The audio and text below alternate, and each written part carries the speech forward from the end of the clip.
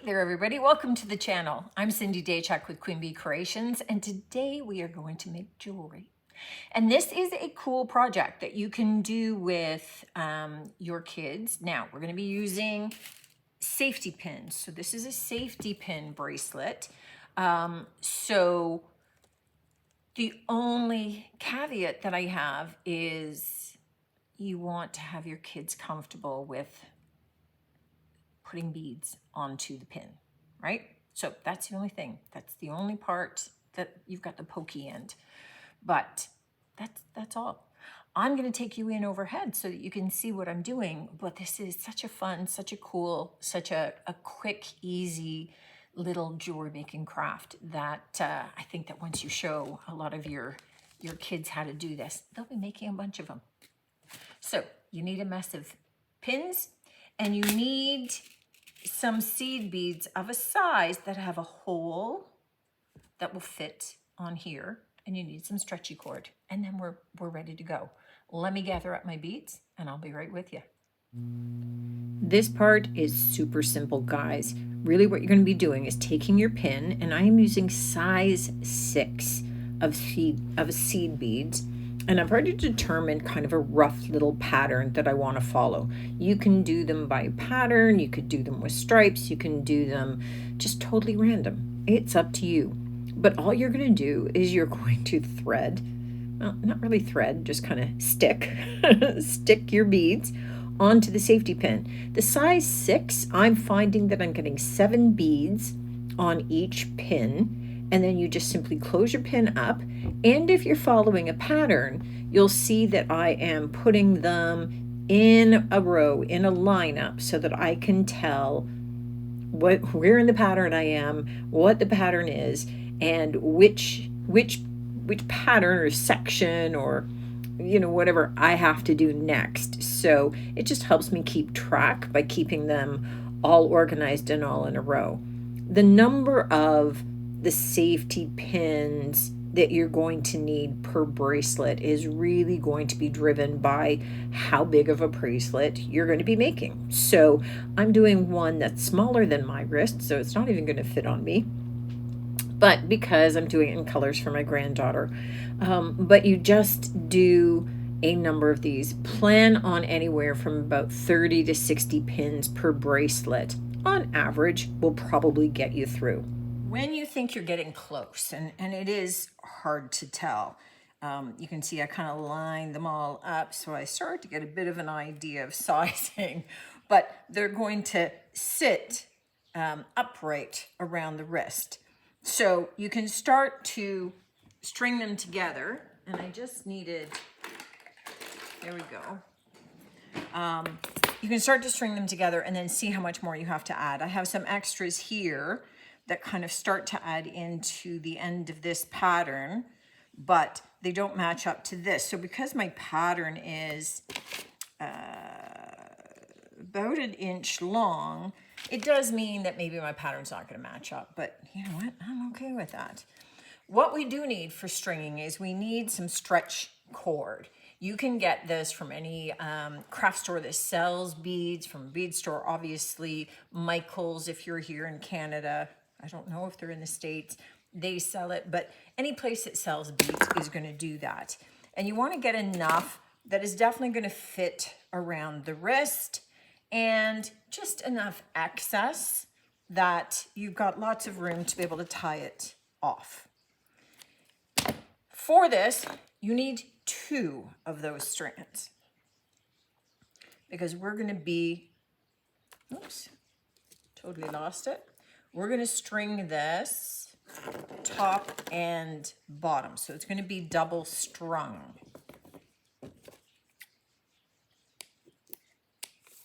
Now, as you go to string this, you don't want them falling off the end. So you are going to want to close it off with something.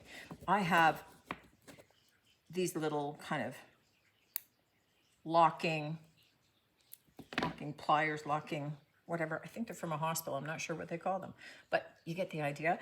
You could use like a little snap clip. You could loosely tie it off if you needed to, whatever you want to do. And I always start by messing up my pattern already, putting it through that bottom hole. That's the easiest piece. But when we go to string the top, we're going to string it through that top hole.